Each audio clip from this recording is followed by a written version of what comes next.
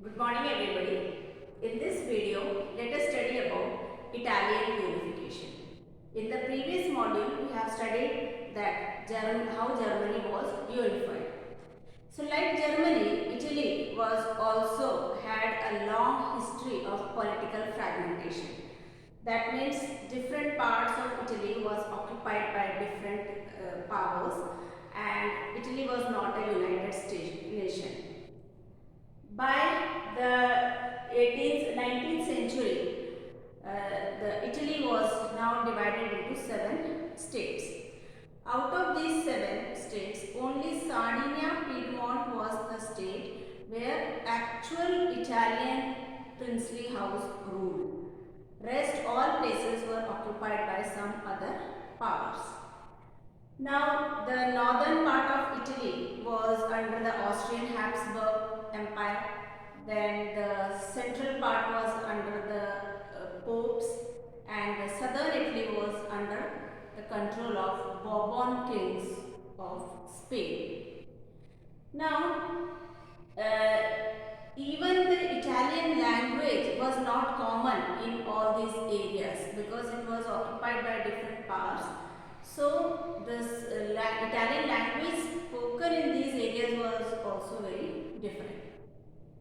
We have studied in one of the previous video that Giuseppe Mazzini was one of the architects who tried to unite Italian states, and we have studied that he tried a revolution in the year 1831 also and 1848 also. But in both these revolutions he failed and he could not gain much success, though he tried a lot. And he also formed a secret society called Young Italy for this purpose. When his efforts in 1831 and 1848 failed to unite Italy, now this mantle fell on Sardinia Piedmont. Now, Sardinia Piedmont is the only princely states, is the only area which is ruled by Italian princely state. So, the responsibility of uniting all the Italian states came under the shoulders of, on the shoulders of Sardinia Piedmont. And the ruler of Sardinia Piedmont was Victor Emmanuel II, so it became his responsibility to unify Italy, and that too through wars. Now, as we have studied that from 1848, the responsibility of making nation states was now shifted from revolutionaries or democrats to the conservative people. Similarly, in Italy also, this responsibility was taken by the conservatives, and these ruling people, ruling elites, the rich people, they felt that united Italy would help them to gain economically, and it will help them in political dominance also. So they were very enthusiastic in doing this process.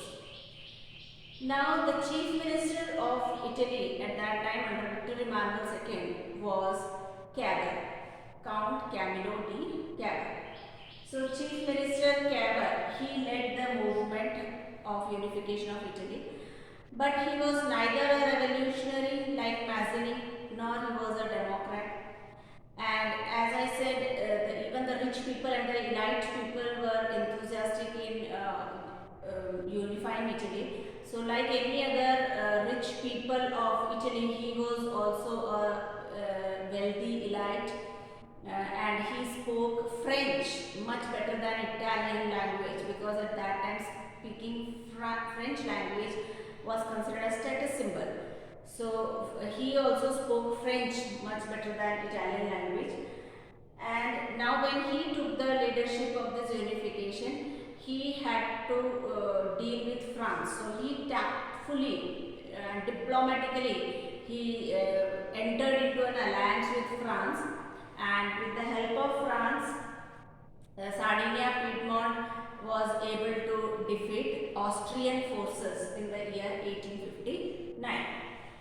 Then when these people were fighting, so apart from the army which belonged to the king, there were other people also who joined this movement. So, apart from regular troops, armed volunteers also joined.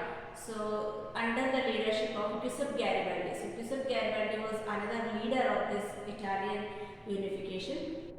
So, he gathered some armed soldiers, and along with Garibaldi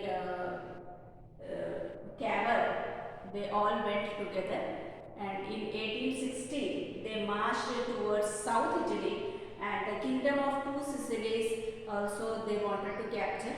So with the support of the local peasants, they were able to drove the Spanish forces away from Italy, because the south was occupied by Spanish people.